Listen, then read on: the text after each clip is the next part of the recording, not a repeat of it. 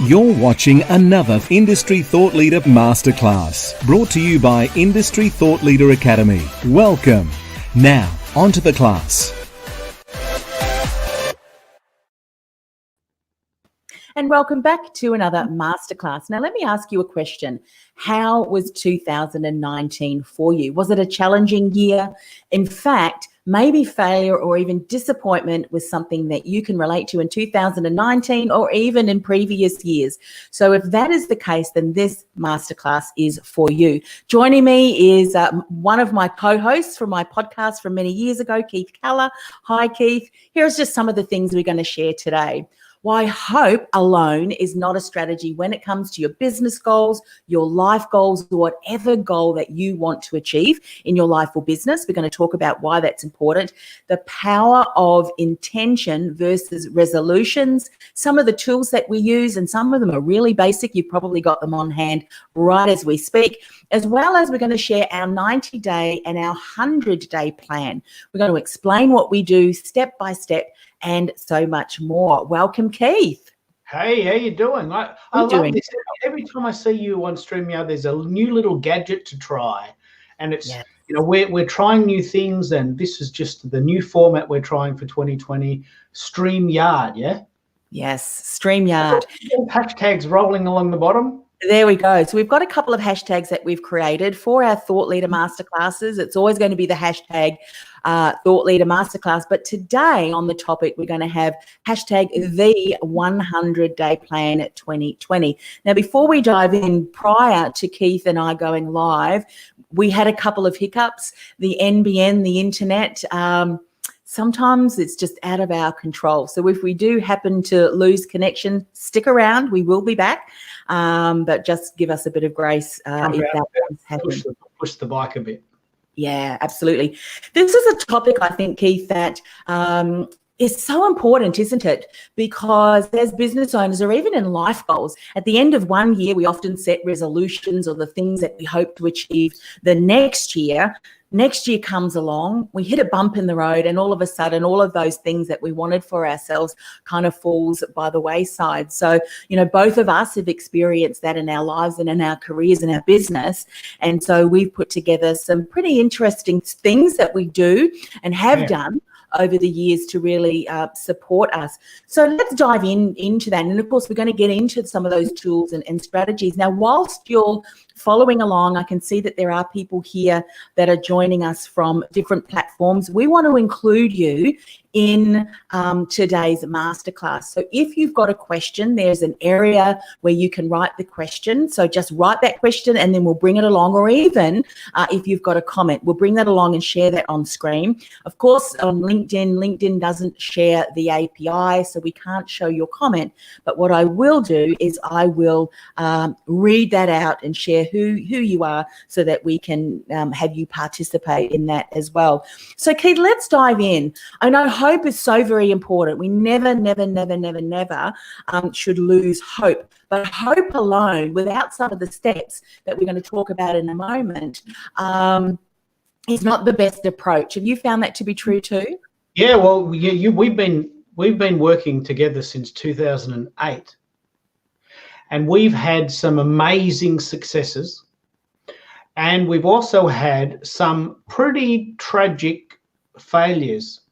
And I would say that most people we know that have been doing this for a long time have had both feelings. The elation of having a win and the extreme disappointment of something falling over and possibly even losing money. So hope is one of those really intangibles that sometimes it's hard to even have hope. But as you said, just having hope and wishing something to happen doesn't make it happen. So, I found two flip sides of the 100-day plan that really work for me. I decided to roll it into 100 because I'm a bit of a metric dude. 100, 10,000, 1,000. I've got a 10,000-day plan. We can talk about that at another time.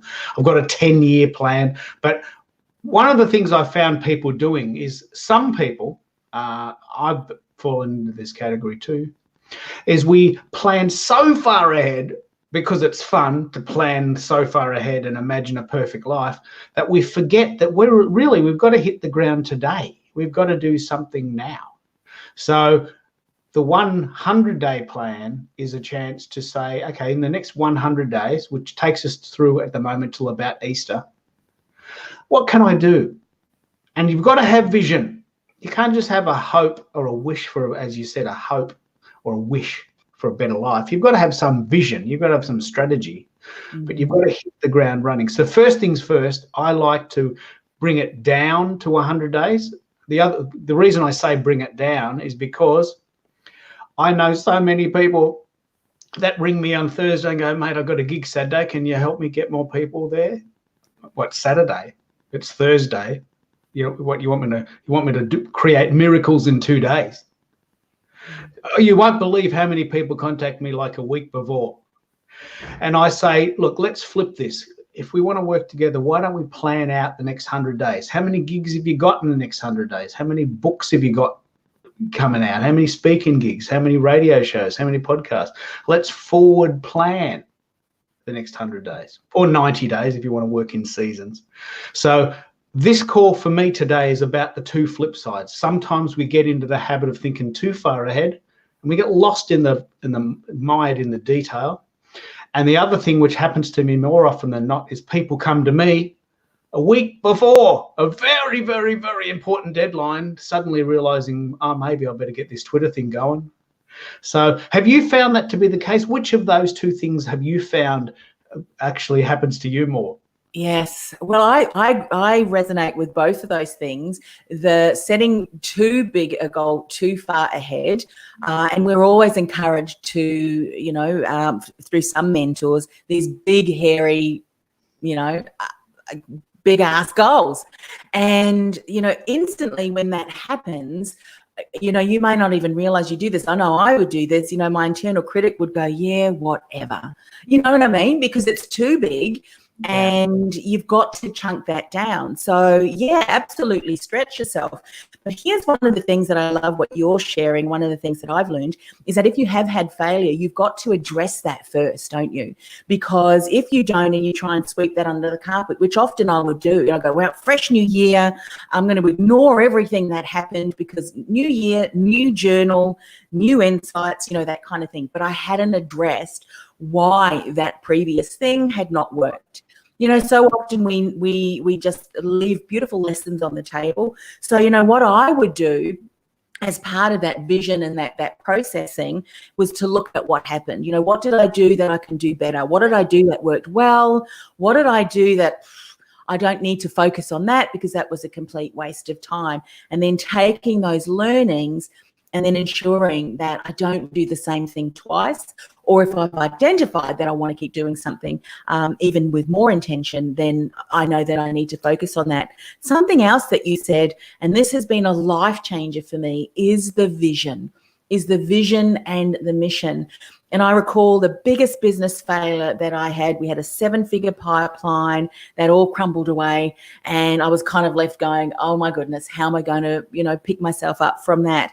But going through the process that I've just shared and a mentor to support me in that, I spent 3 to 6 months working in a small mastermind group, defining my vision, defining my mission. What was it that I wanted to achieve? Now, that vision and mission was something that I continue to use. It's at the, on one of the tools that I use now and have used, I'll share in a moment. It's at the top of that. That keeps me focused. That's kind of my north. And so, that's what I'm focusing on. And every little 90-day or 100-day or plan focuses me in that one direction. Because, it's 2020. It's a big year. It's a big year. It's one of those quintessential moments where everyone's been looking forward to 2020. Lots of things are going to happen in 2020. The world is going to become all technological and flying cars and all sorts of things. But the thing is that years are divided into 12 months, and even that is a bit long. So sometimes just saying, what do I want to do between now and Easter? I've got to touch something today. Because this big, audacious, hairy goal that's so far away sounds great to talk about at a party or just sort of think about it on a Saturday night. But when you come doing it, you've got to chunk it down into steps. Yes. Yeah? So you've got to have the vision. You do. You absolutely have to have the vision, and without vision, the people perish, right? It's the same. So, but on the other hand, you just can't float and say, hey, look, that'll happen. I got this goal and it'll just turn up.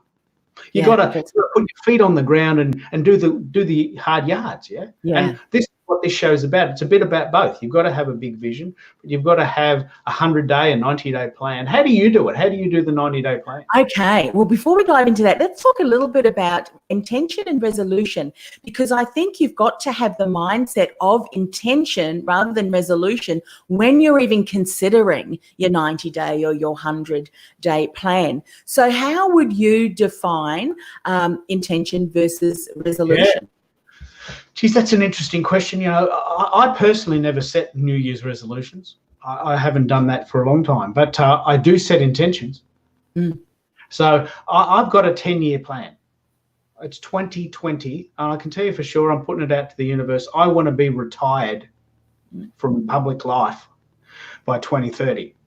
You know, what does that mean? It means that I'm going to now, from 2030, probably even from now on, I'm going to work on projects that interest me, whether or not they have a financial goal. And in order to do that, I've got to have enough money in the bank, or in super as we call it here, so that I can say, you know what, I don't have to make money today because I'm going down the local and I'm helping out someone. So my big, hairy, audacious goal is to be retired from public life by 2030, 10 years from today. So that's an intention. It's not a resolution. I'm going to lose weight. I'm going to do more exercise.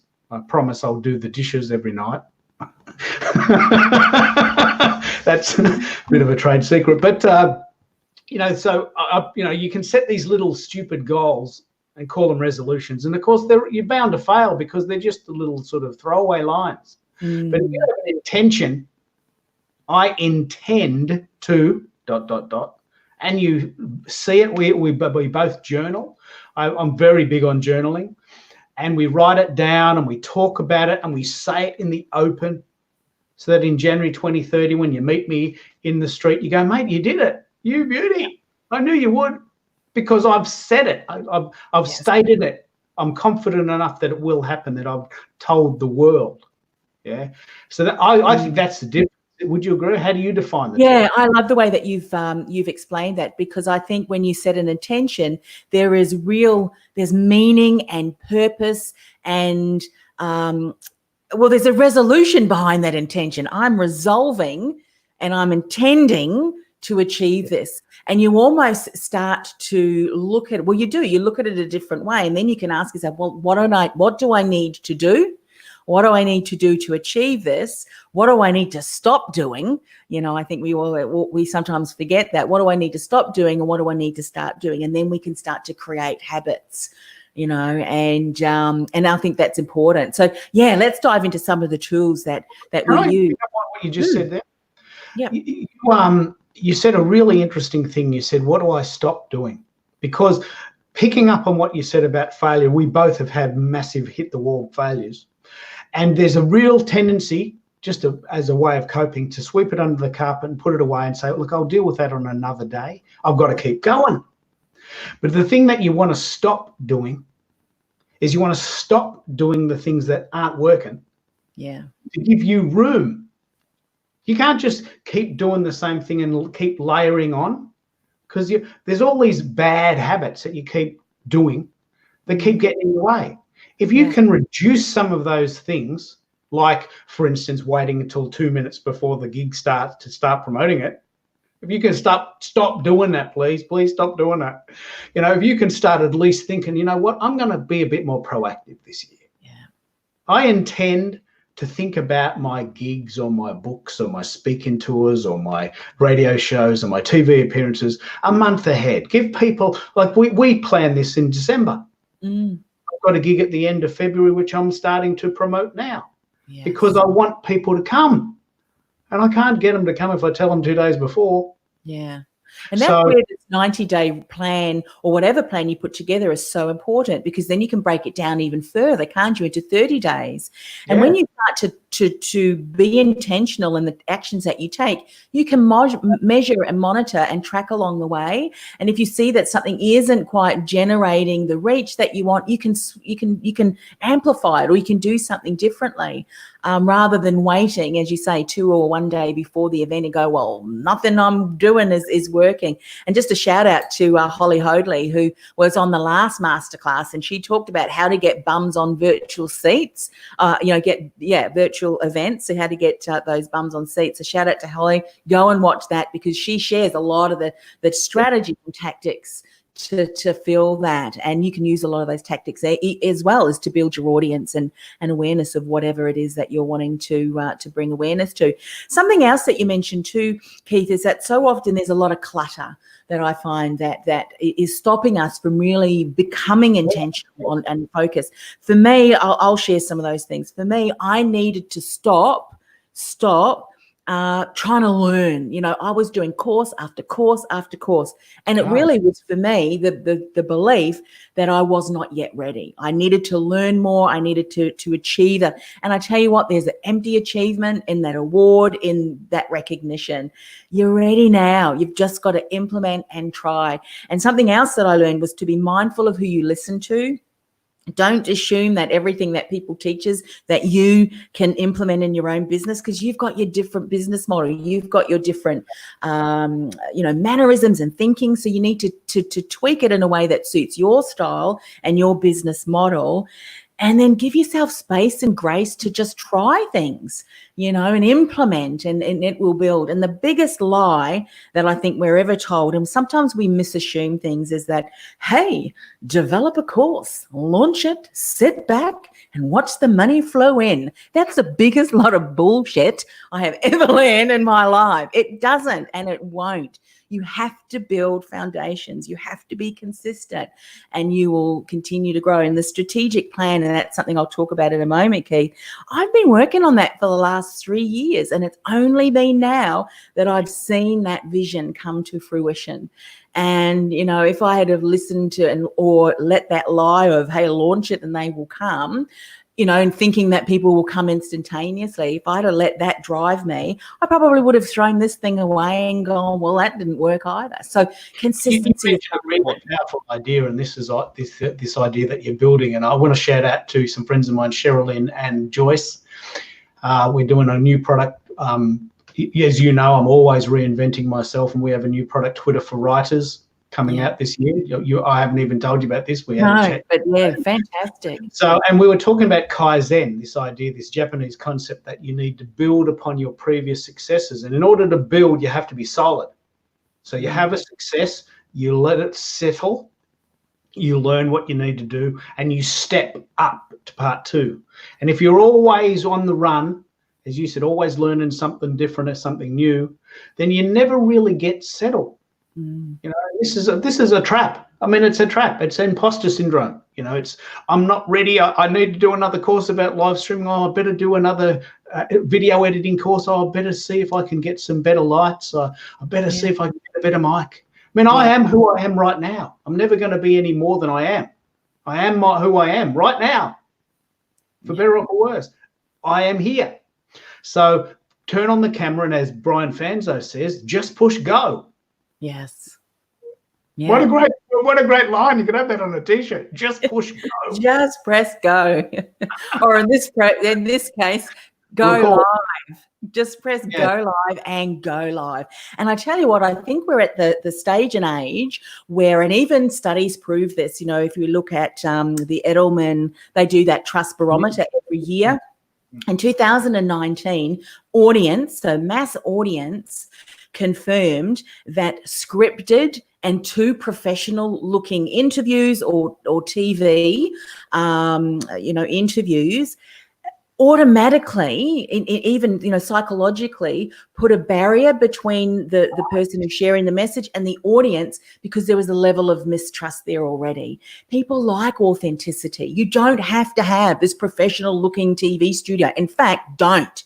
Don't at all. I mean, obviously you don't want to go live and have so much clutter in the back. People are distracted by what's going on in the background, but people want authentic, real, transparent conversations. Of course, following the area that you want to develop your thought leadership in, but it doesn't have to be perfect. And in actual fact, don't let it be perfect, because people want those conversations, because they'll connect. Very much a trend, isn't it? It's the idea that if we can see a real person talking about real things that relate to us, we'll get that. If we have some scripted, manufactured, perfect video, we think, well, okay, that looks great, but it looks like an ad. It just looks like being something sold. else as you're speaking on that, Keith, and this is a thought that just came to me. One of the feedback from that survey that came back through Edelman was that government and media were two resources or two areas that was often mistrusting. I think a lot of that has to do with fake news and advertising. We instantly switch off. So, just be mindful of that, are you creating content in a way that's being delivered that people can engage with? So what I'm saying in this, and this relates to what we're talking about today, maybe as you're sharing your message, because sometimes this happens, doesn't it, Keith, that when we do put our heart and soul into achieving a goal and it doesn't quite come out the way we expected, we think there must be something wrong with me. The message that I'm sharing is just not resonating with people. But it's not the message, it's just in the way that you deliver it that's not connecting, that's not engaging. Someone sees it and think, oh, well, that's not for me. And as we know, we are bombarded constantly with so much information and content that we've been very discerning in who and what we choose to listen to. So it may, or watch. And so just be mindful of that.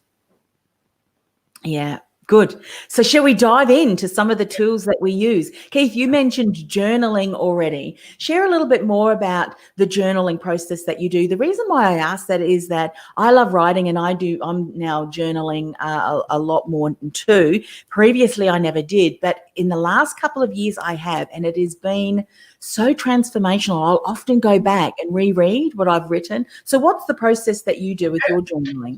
Okay, I'll break it down into two very distinct differences. One is I have a book called The 10,000 Day Plan. It's a true story. This is actually going to take me up to my 80th birthday, 2046.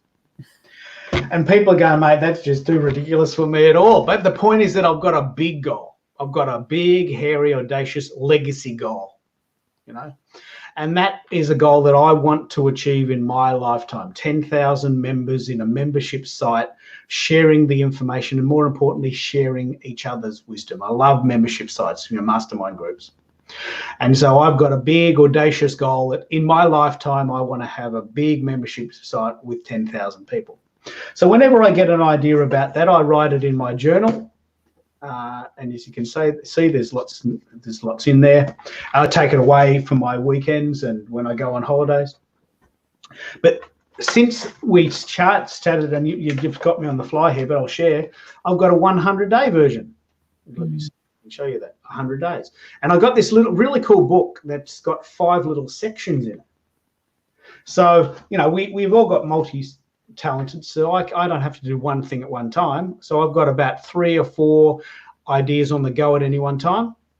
Twitter Write is my new project.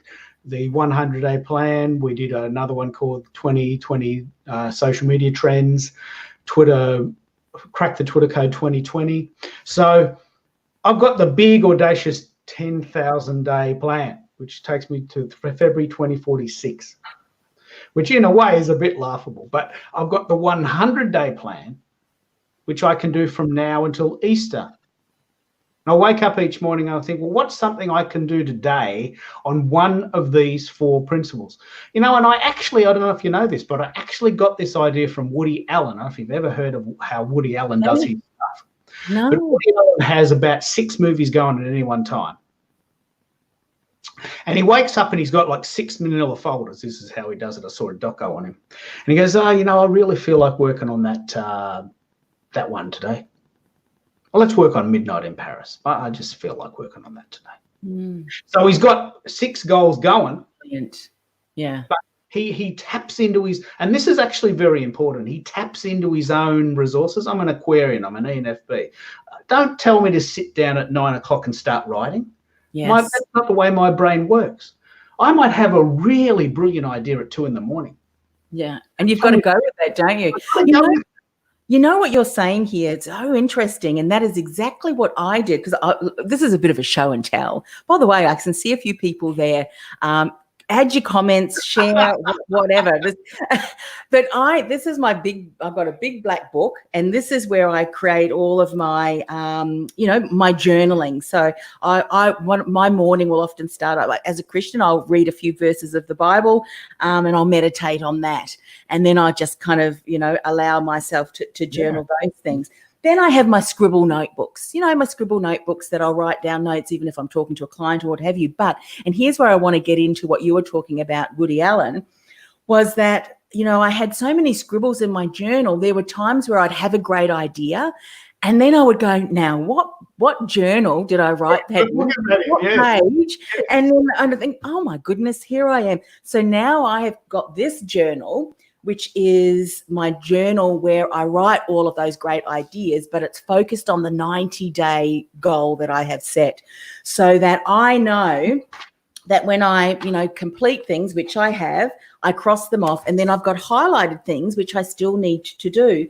But because it's focused on my 90-day goal, so in other words, it would be this project, or Woody Allen's this movie, everything that you're writing in that has to do with that project rather than mixed projects. I think that's a brilliant strategy. So everyone who's listening or watching, that is a fantastic strategy. Because for a very long time, I've always gone for books that have multi-layers.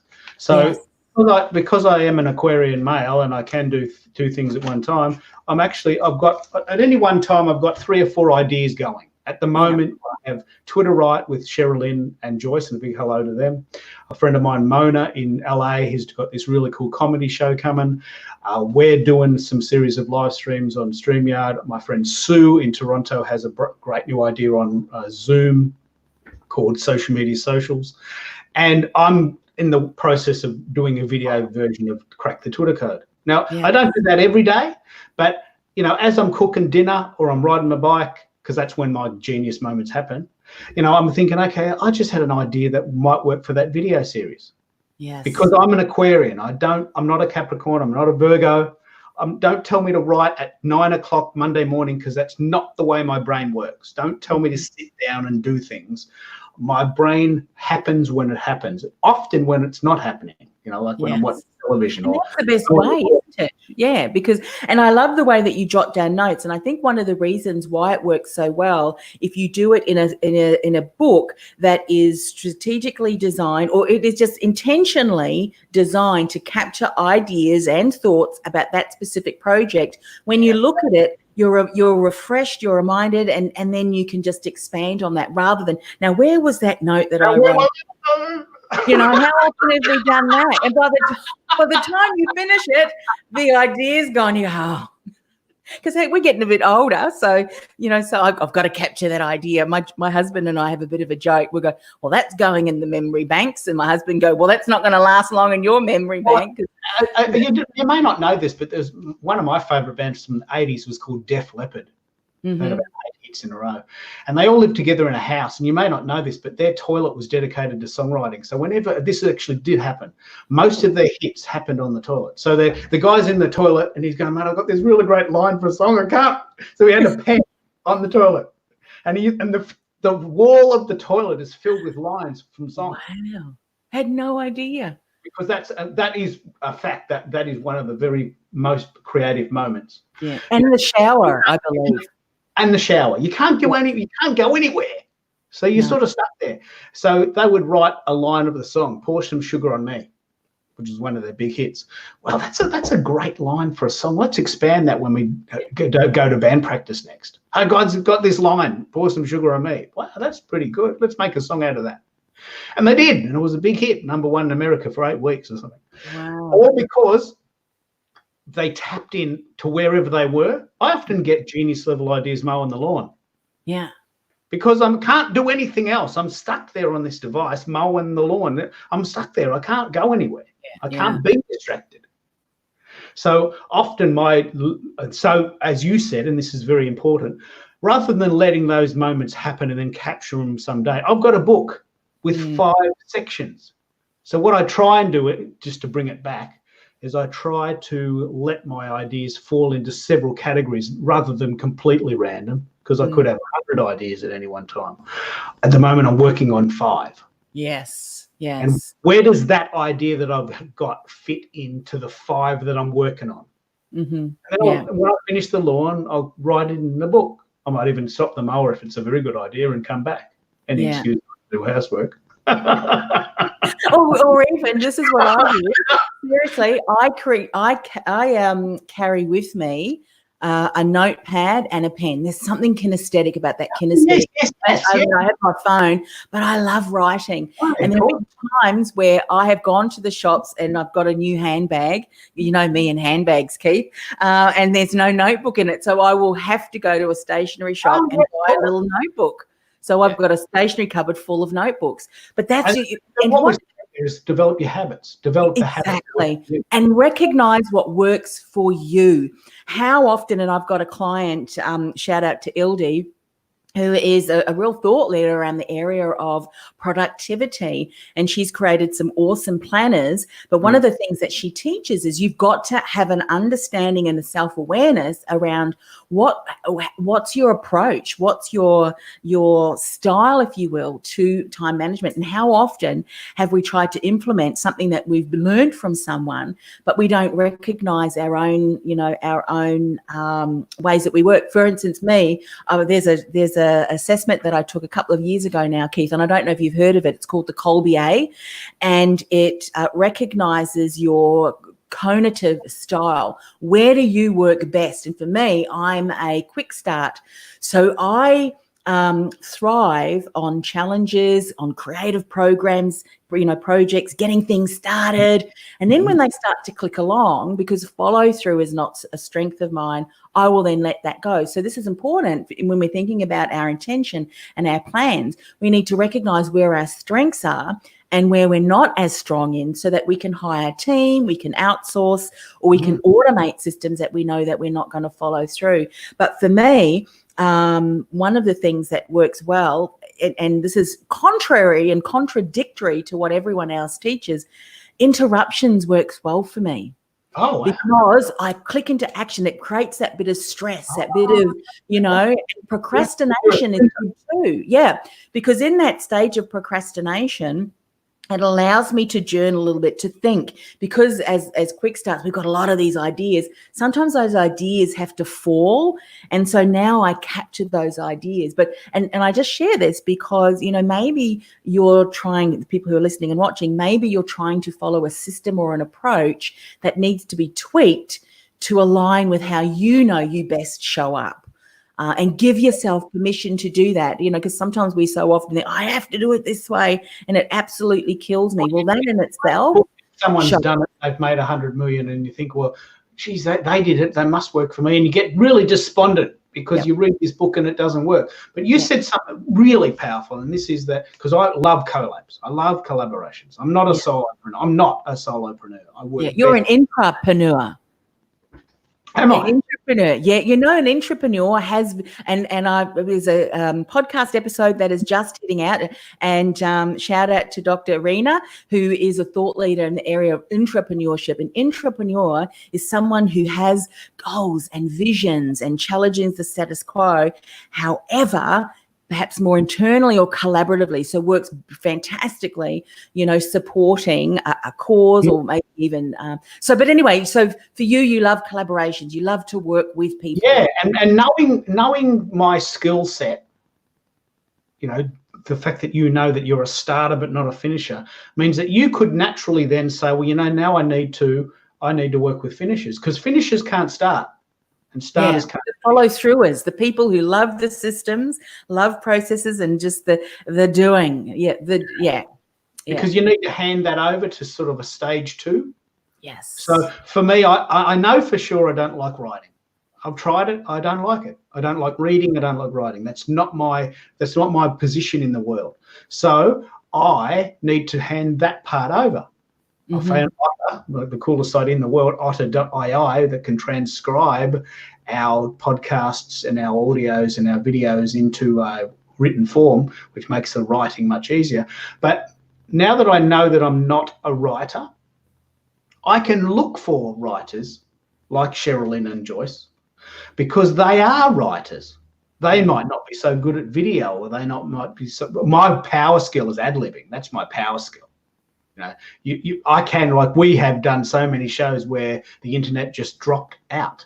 Yeah. Had to make it up.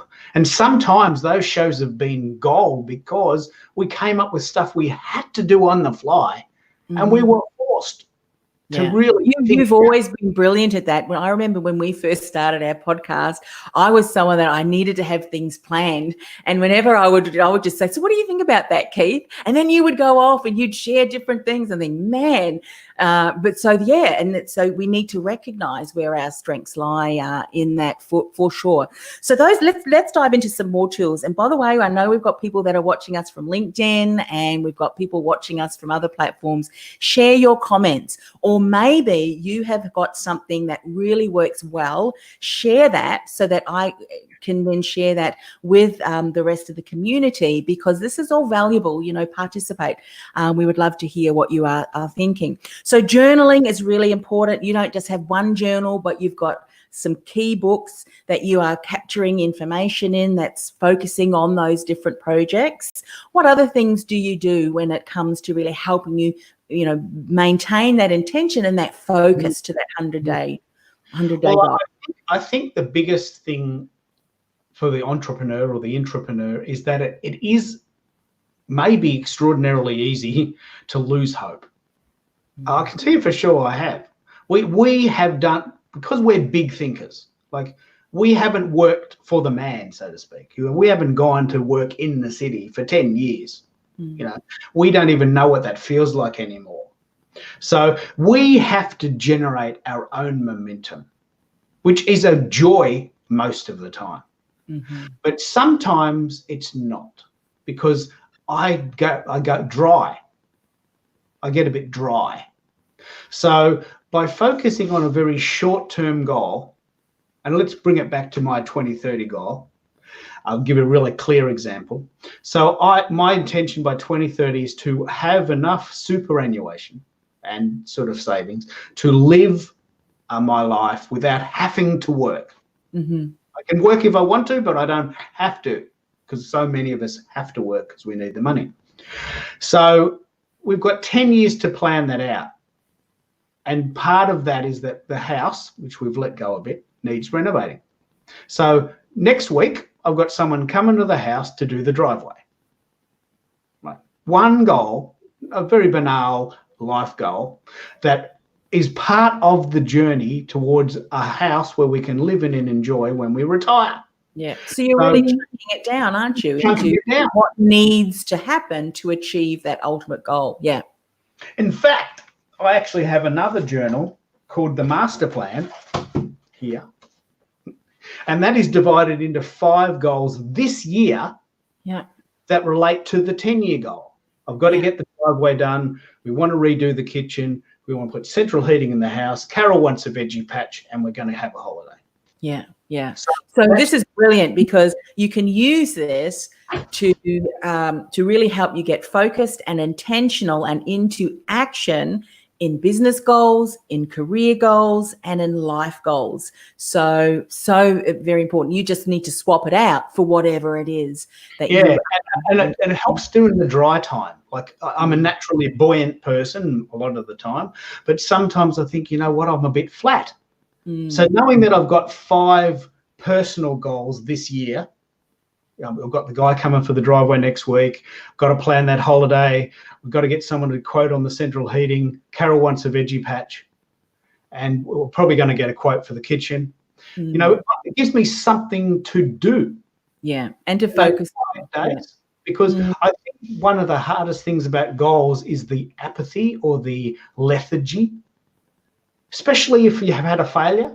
Because you think, well, geez, I tried really hard last year and it just all fell over. Yeah. It's easy to keep going if things are working. Yeah. But it's the hardest part to get up again. It is. Churchill said that, the hardest part about being an entrepreneur is to go from failure to failure without losing the momentum or the enthusiasm. So I've developed little techniques, and that's why this live stream is so powerful. Brilliant. I'd like to hear what other people do. Yeah. Please share. Here we go. We've got Sue is joining us from Canada. Hey, Sue. Hey, Sue. Welcome. By the way, Sue, if you've got a tip to help keep you motivated or bye, Siri. No. Goodbye. I don't know what Siri's doing. Is that ScoMo calling? I don't know what's happening. Well, you're a New Zealander, so that's relevant, isn't it? Yeah. But Sue, if you've got a tip or you've got an insight, share, how to keep yourself motivated or, how you achieve goals and things like that. But one of the things that works really well for me in that, Keith, is around, the disappointments, is following what you were talking about, was chunking things down. Do something that is so small, chunk it down so small that you know that it is completable, that it is finishable, all of those able words, because you want to give yourself a mini win, right. And it can be something as simple or as easy, because sometimes I think what we do, and Sue, thank you. I'm going to share those comments in a moment. One of the things that we so often do is again, when we look at their intentions and the goals, is that we bite off too much more than we can chew. And we may try to do something without doing some steps beforehand. So sometimes when you map things out, you realize that there is actually a natural sequence. So, for me, our goal, our 90-day plan at the moment, and we're in the process of that, we've got my podcasting profitable 5-day intensive, a free intensive. So I knew that I had to get my team involved. We've just incorporated a mini chat strategy. So all of these things are in place, and now it's in the process of being launched.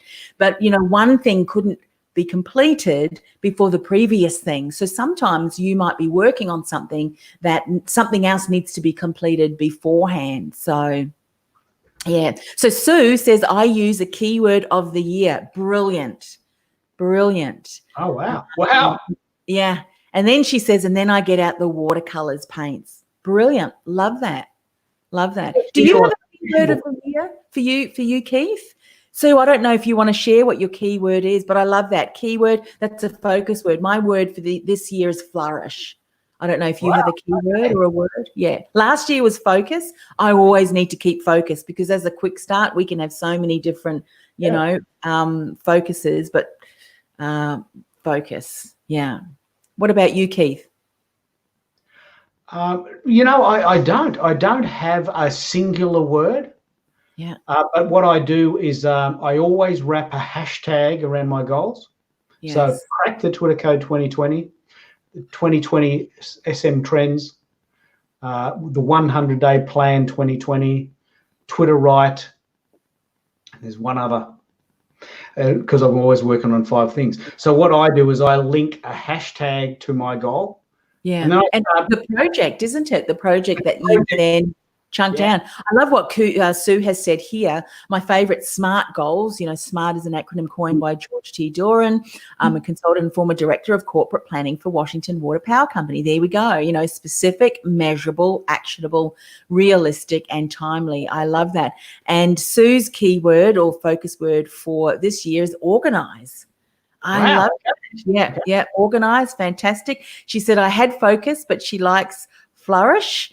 And she says hashtags rule. They certainly do. They certainly do. And now that we've done this, I'd love to see Sue in this chair. I'd love to see Sue in this. You need to interview Sue. Sue and I have been practicing with a site called Remo, and our next event is going to be on Zoom. And as you know, we all do this. We are trying new things, bringing them to you, experimenting. This is StreamYard, this particular format we're using called StreamYard. So I'd love to see Sue in this chair talking about organising and SMART goals. Absolutely. Absolutely. I think it would be great. And speaking of hashtags, just a reminder, if you're just joining us, today's hashtag is hashtag the 100-day plan 2020, and actually an ongoing hashtag. And all of the masterclasses that we do as part of Thought Leader Academy is Thought Leader Masterclass. So just a reminder of those.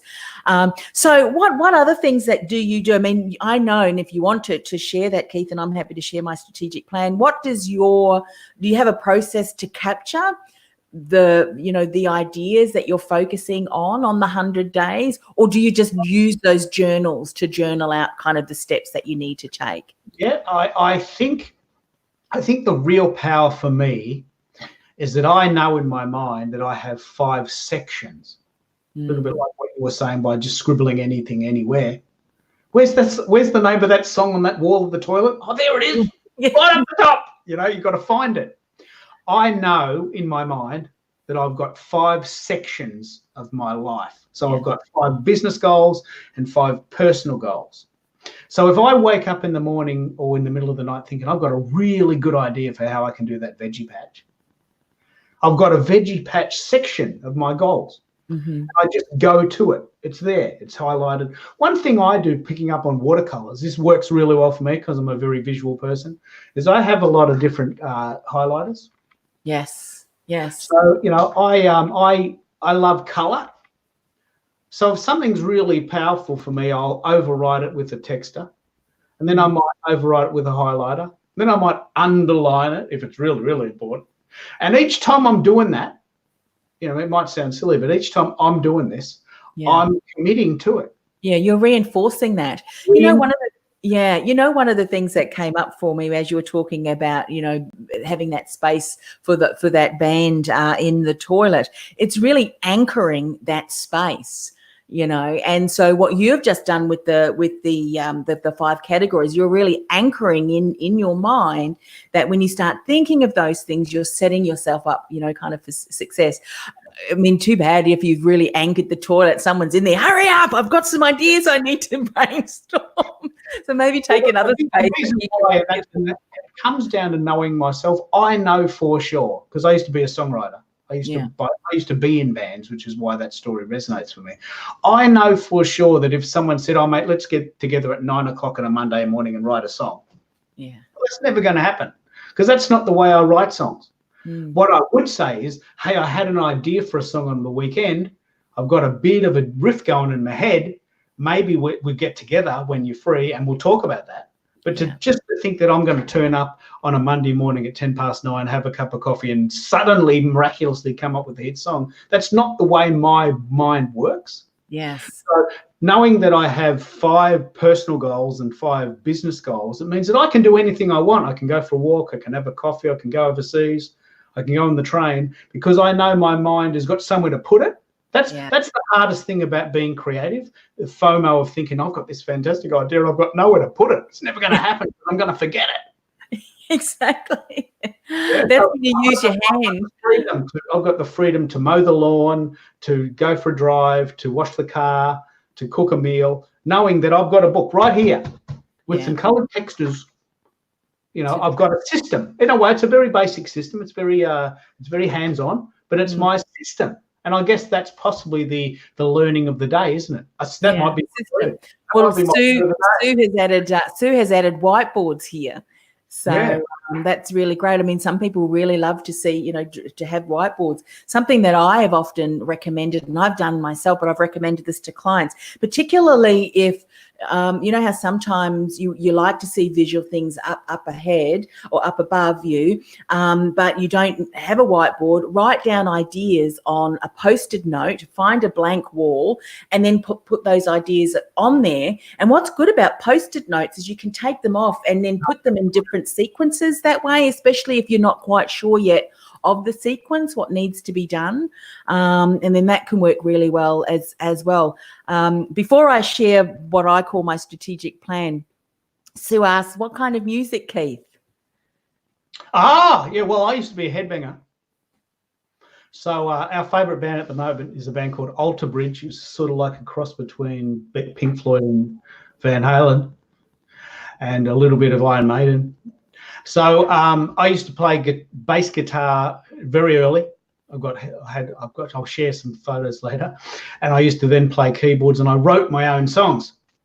And in fact, Anne-Marie will know that one of our songs was the theme for our radio show, Make a Difference Today, because the show was all about making a difference in the world. So I wrote a song called Make a Difference Today in 1993, which sounds like such a long time ago now, but it was a very appropriate song for that show, wasn't it? Yeah, it was. I'm just trying to adjust. It's annoying. Fact, if you want to imagine my songs, imagine Bon Jovi singing to the Dalai Lama.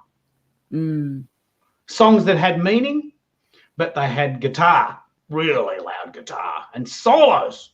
Well, we've lost the art of soloing in the 21st century. Bands' songs are 2 minutes and there's no guitar in them. Yeah, there you go. Put some more. That's the tip we share you for free. This is what I've created. It's called a one-page strategic plan, and it was something that I learned from one of my colleagues, actually, that she shared as part of a group that we established for business owners many years ago. And I've taken that idea and I've added things to that. But this keeps me really focused because I have the word at the top, obviously the word for the year. I then have my vision, my mission, my ideal client, because as I'm looking at the vision and mission, I will also want to remind myself of who I'm doing this for. And I've even got a name of my ideal client, Kim Louise, and I know exactly who she is, what she's struggling with. So all the content that I create is shaped to really be an empowering, message for her. And then I have my big vision goal, and it starts off big and then it chunks down. So the vision, the mission, the vision goal, and then beneath that, it's got all of the mini goals and then the steps that I need to take, the intentional steps that I need to take.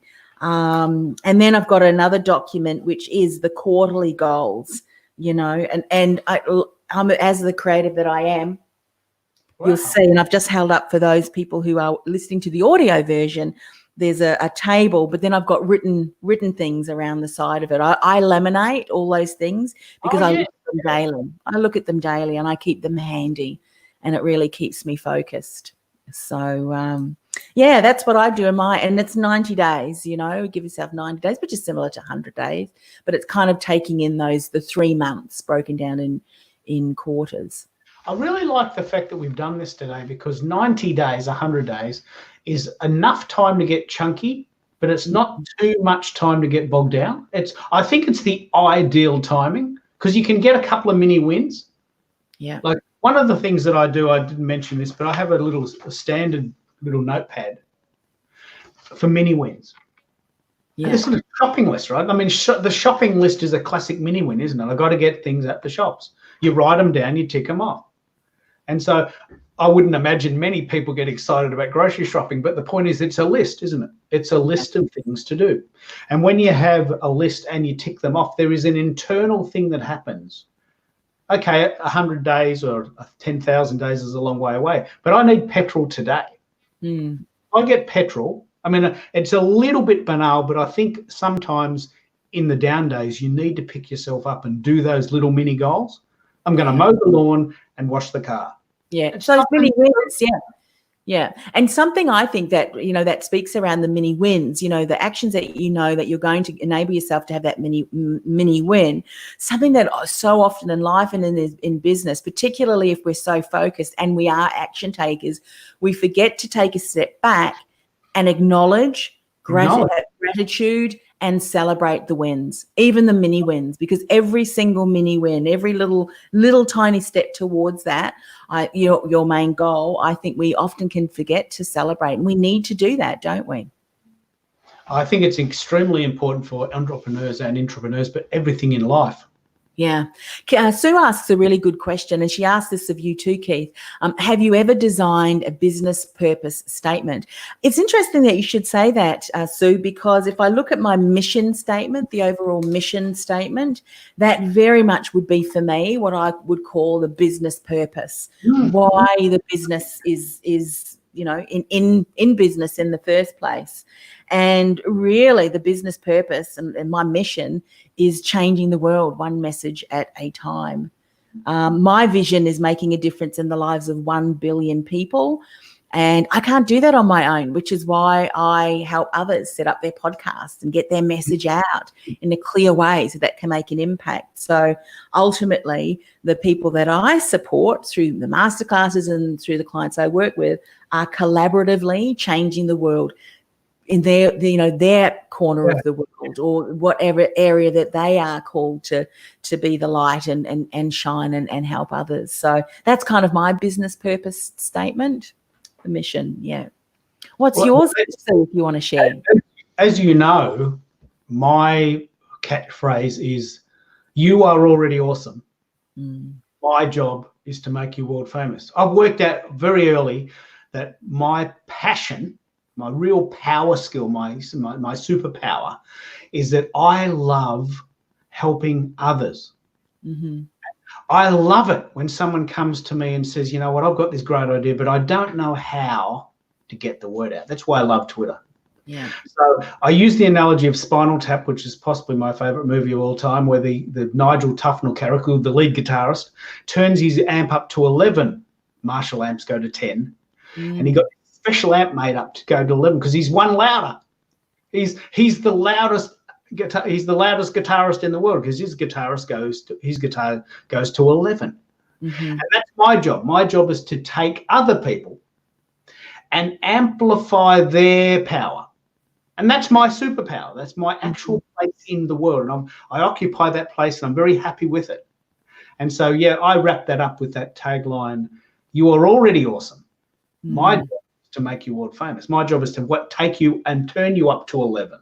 Yeah, which is brilliant. And it really, we haven't spoken about this, but that is, what is this? I can't remember the name, but what's the name of that assessment? And I can't remember the name. But anyway, where you're the supporter.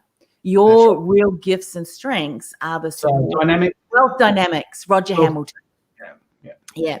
Sue said that hers is make the world better, one small business at a time. I love that. And she loves to create joy. So your superpower then, Sue, is creating joy also for business owners. And through that, helping those business owners, you're able to make the world, impact the world better at a time and one at a time. And so Sue said, amplifies key superhuman power.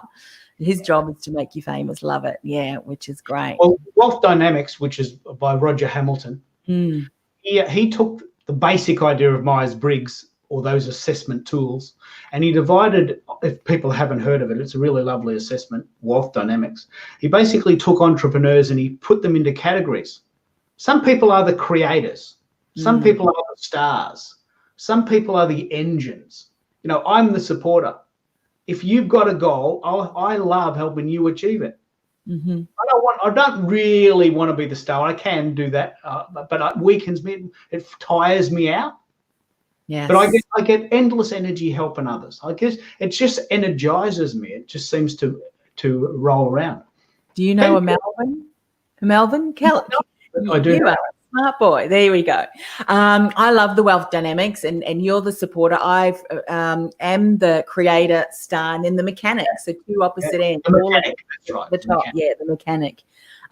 Which is interesting. So again, we're sharing that because I think self-awareness is one of the greatest gifts you can give yourself, because when you have an awareness of where you do shine, where your strengths are, and where you need best support, like for me, supporters, for me, the deal makers, the people who are really good at that relationship building aspect and connection is so important for me as well. Sue says, let's bring her comment in here. She took the Myers-Briggs 10 years apart, didn't realize that they were the same thing, different questions, same result, with some maturing. Yeah.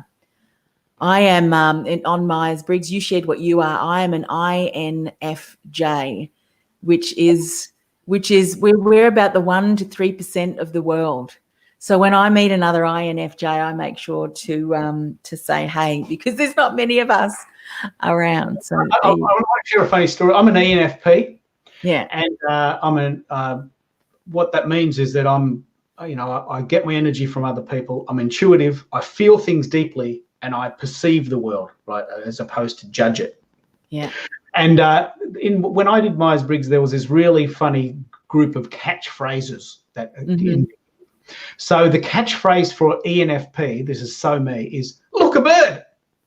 I could be halfway through talking, going, "Hey, I've got this real. Hey, look, petrol's gone down 10 cents today." What? What did you say? I'm an ENFP. I'm distracted. Like you just said, I can go off on a tangent really fast.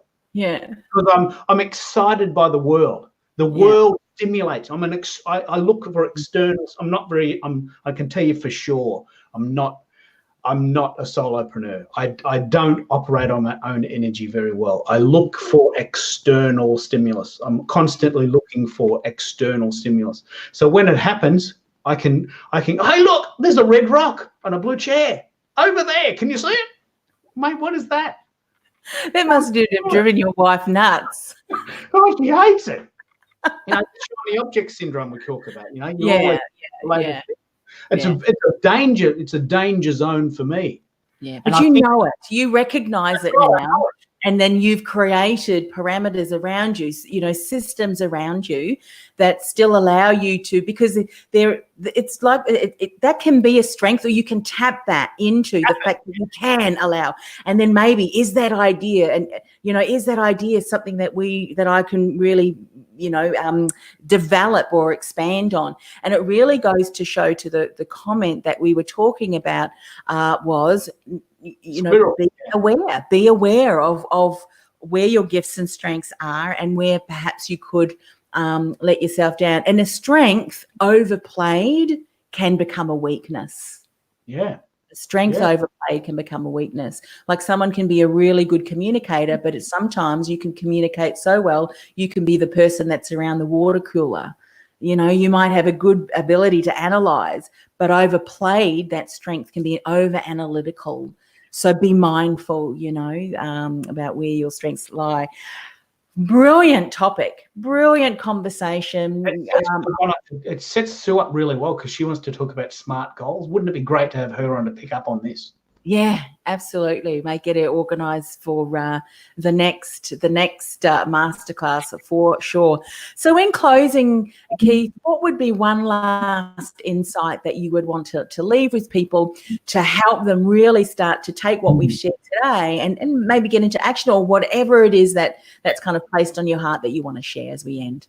All right, I want people to think about the two very strong dichotomies. One is, are you the sort of person that leaves everything to the last minute? And please, please, please don't do that, because it really frustrates the shit out of most people. But also, it's not a very efficient strategy to leave everything to the last minute.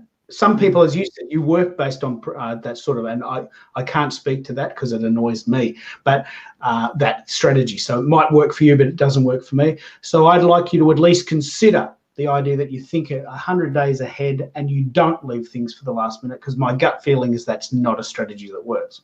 But the other thing I want you to think about, because obviously 50% fall into the other category, and that is, don't think about 10 years ahead all the time.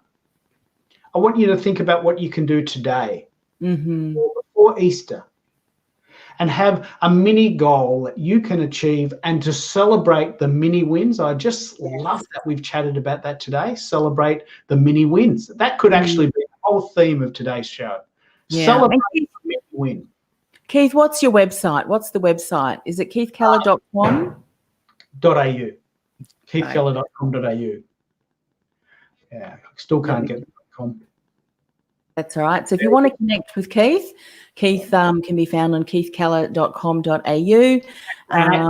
That's my thing, right? At Keith Keller on Twitter. That's my main thing. Yeah, fantastic. Yeah. What about you, Anne-Marie? What do you think the main thing you got out of today was? I think the main thing really is be aware of yourself, so that you are aware of where your strengths lie, of what works best for you, so that the things that we've shared today, you could look at them objectively, creatively, whatever way that you appreciate things, and then take on board, maybe with some tweaking, to ensure that you can start to work on something, get something down, your intentions, even if it is just a small intention that you say to yourself, you know what, just for the next 30 days, I'm going to do this. That's the intention that I set. Then when you've done that, because neuroscience is proven, and I can't remember her name, the neuroscientist, Carolyn, I might get it wrong, so I won't say her name, but she says 61 is a really good, if I recall that correctly, 61 around that is a good time to create a new habit, to create a new something that you will follow. So do it for 30 days, then another 30 days, and actually do it for another 30, because then you're really embedding it and getting it into your muscle. So, and I do love plans and things like that. And so one of the things, let me just share with you that strategic plan, you can get access to that. I did a mini training, a masterclass on this last year about how to put together your strategic plan, how to put together your vision, your mission, and get that created. And if that is something that you would like some support on, all you need to do is just go to industrythoughtleaderacademy.com, and you'll be able to see that, industrythoughtleaderacademy.com, and you'll be able to see the business training, and then we've got the masterclasses, and strategic plan is actually the very first training that we have there. But Keith, it's been wonderful. We've still got people who are here with us, so let's have a look before we go. Sue says, you two are awesome, great tips today, great, fantastic. We've also got Hey. Hi Keith. He says, great seeing you live.